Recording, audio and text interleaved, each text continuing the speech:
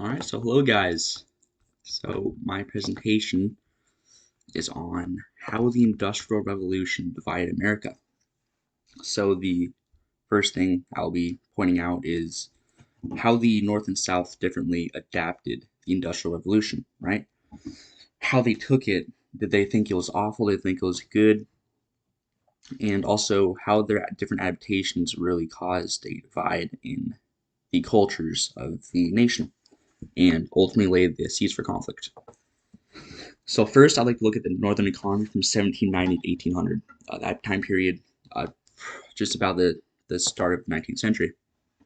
So a smaller slave population during the boom in the north. This led to not having this plentiful source of free productivity that the south had. Right, they were able to tend their fields and for pennies, not even pennies on the dollar, but nothing.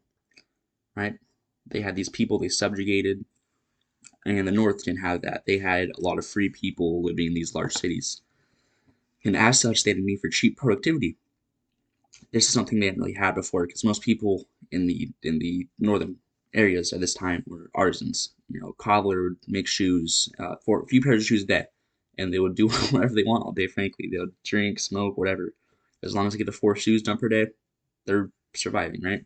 They can sell their shoes and buy food or pay for their rent, utilities, whatever. So the land was urban and industrial. Wasn't very much farmland, right? They had these large cities. They had smaller area, but they made good use of it. They had these people epicenters.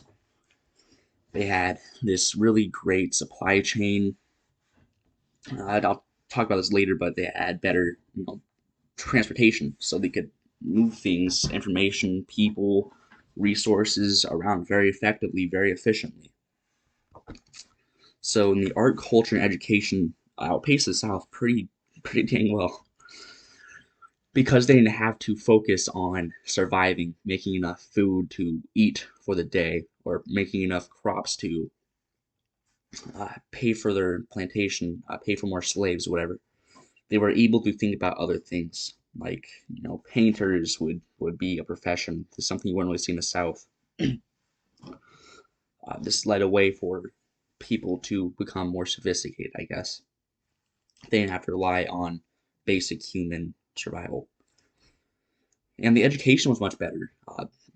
Secondary education at the time was still pretty exclusive to the very wealthy, right? You couldn't go to college if you were, a cobbler's son, but you still could attend primary school and do pretty well, learn quite a bit, become a pretty educated person while doing it. The North believed in a strong central government, so they believed in a strong bureaucracy. They believed the government was a give and take type thing. The government would help them out in a lot of ways, regulate commerce, make sure they don't starve, maintain workers' rights to a degree, and they would in turn give them taxes, and they felt like it was a good system. They enjoyed having that to regulate this massive cities with hundreds of thousands of people in them. So the southern economy was pretty different. They had a much higher slave population than the northern counterparts. The South had some like 40 something percent slave population on average, so a very significant number. They had a lot of these slaves working lands, and this led to them believing in weak government, strong state powers because they were self-sufficient. They didn't need a bureaucracy to help them out. All they believed they needed was their own hard work and obviously the hard work of others, slaves, and they were just fine. They made their own food. They made their own crops. They made all these products, these broad products, and they did just fine. They loved themselves. They loved their lives. Agricultural economy, that little need for machines to replace work because they had slaves. The big reason for everything that happened, they had slaves. That's why they didn't need machines because they didn't need a cheap way to do these jobs like the North did, because the North had a lot of free people who wanted things that free people wanted. The South didn't have that. They really subjugated these people, broke them. Uh, really awful thing, but it led to their way of life being quite effective. So there's a few large cities. People are very spaced out. You see these plantations miles away from one another because they had acres and acres of land and they had these slaves working them. They obviously had large states at the time, but it wasn't like the North where pretty much everyone wanted to live in one. Everyone was very close to one another and cramped. The South was very sort of solitary. There would be a family living in a plantation house, then would have their slave masters working there, making sure that they didn't step out of line, and then maybe have some other people doing other odd jobs for them. But that was really it. Weaker transportation and information in the North. I talked about this earlier, but the railroad systems were much better in the North. When I say much better, I mean much, much better. This led to the ability for information to be spread very quickly. News would get around very quickly to all the North, where the South would take quite a bit because there were still railroad lines, but they weren't, these winding and just very complex systems. People could move around really well, conduct business very efficiently. People on leisure could go around. They could see different areas, and yet again, become more cultured, I guess. Like I said earlier, the South are very self-sufficient people. So adaptation. The North welcomed the Industrial Revolution with fairly open arms. The South, kind of the opposite. They hated it. They didn't want it. They didn't care. The Bank of the United States provided loans to entrepreneurs in 1791. This would be ended about 20 years later, but it really gave the jumpstart capital for all these entrepreneurs to start making factories, to start employing mass amounts of people to make products way cheaper than they already were. You can make a shoe for a quarter of the price, and you can make, 100 of them per person in a day. This wouldn't have been possible before machines because these machines made people much more effective. They were trying to be optimized and just making this work as hard as they can, as much as possible. The only difference between that and slavery was slaves weren't paid; these people were paid, but uh, still wasn't a very good system for a lot of the northern people. Tariffs placed on foreign goods.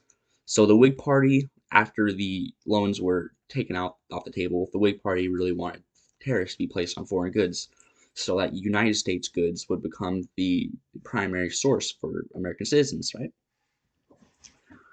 And as such, they quickly took favor. People wanted these American goods because they were cheaper and sometimes just better. It really led factories to become much more profitable because people wanted to buy everything they made because it was cheaper than the stuff that came from overseas. There's max factory adaptation, causing a shift in labor force to the north. Like I said earlier, the artisans really had to stop becoming artisans and start, manning these machines all day, making less than they would want, not having nearly as much freedom. And while it's kind of sucked for them, it was great for the American economy because their productivity shot way up, right? Way up. They started producing tons and tons of stuff. So it's kind of caused a divided nation. So there's different economic growth. In the South, they remain pretty static for the most part. Obviously, they're still growing. They had more people, so they had more plantations coming up, but not too much. They would end up, having a pretty stale GDP growth compared to the northern counterparts, because the North was starting to provide services rather than physical goods because they could afford to. This will lead to cultural differences. The North, they would have bankers and, like I said, painters, meat cutters, everything. That's not just a farmer, because they could do that. This will lead to cultural differences. The South was very spread out. The North was naturally very close together. Everyone lived in these epicenters because that was a good way to survive. Everything was right there that you needed. So Northerners really developed this sort of city life, obviously relying on each other, on the government too at that point. And Southern reliance on slaves would really start to become a hot topic in the North as they had time to think. So, some growing tensions, the North increasingly opposed slavery. So, they had time to think about the wrongs of their country, and they landed on, should black people have rights? Should they be forced to work for nothing all day? And so, obviously, we came to the conclusion no. But the North at the time was just starting to realize this, and they're starting to stick on the South and become very annoying to them. The South saw slaves as a necessity to keep their way of life alive. I don't think it's as much as they hated black people as much as they loved their way of life, and they saw that breaking these people would lead to them continuing to prosper. So the South really started to look at the North and say, hey, why are you trying to step in on us? That's why we don't believe in a strong federal government, because we don't like the idea of being told what to do. Right? We want our way of life to stay the same. We don't want you telling us how we should run it. So like the seas of war. As I just said, the conflict will start arising. It will keep growing until a breaking point. So my conclusion is that the economic differences developing between the North and the South were instrumental in sparking unrest in the nation, ultimately leading to the Civil War. Thank you. Here's my images, and here are my sources. Thank you.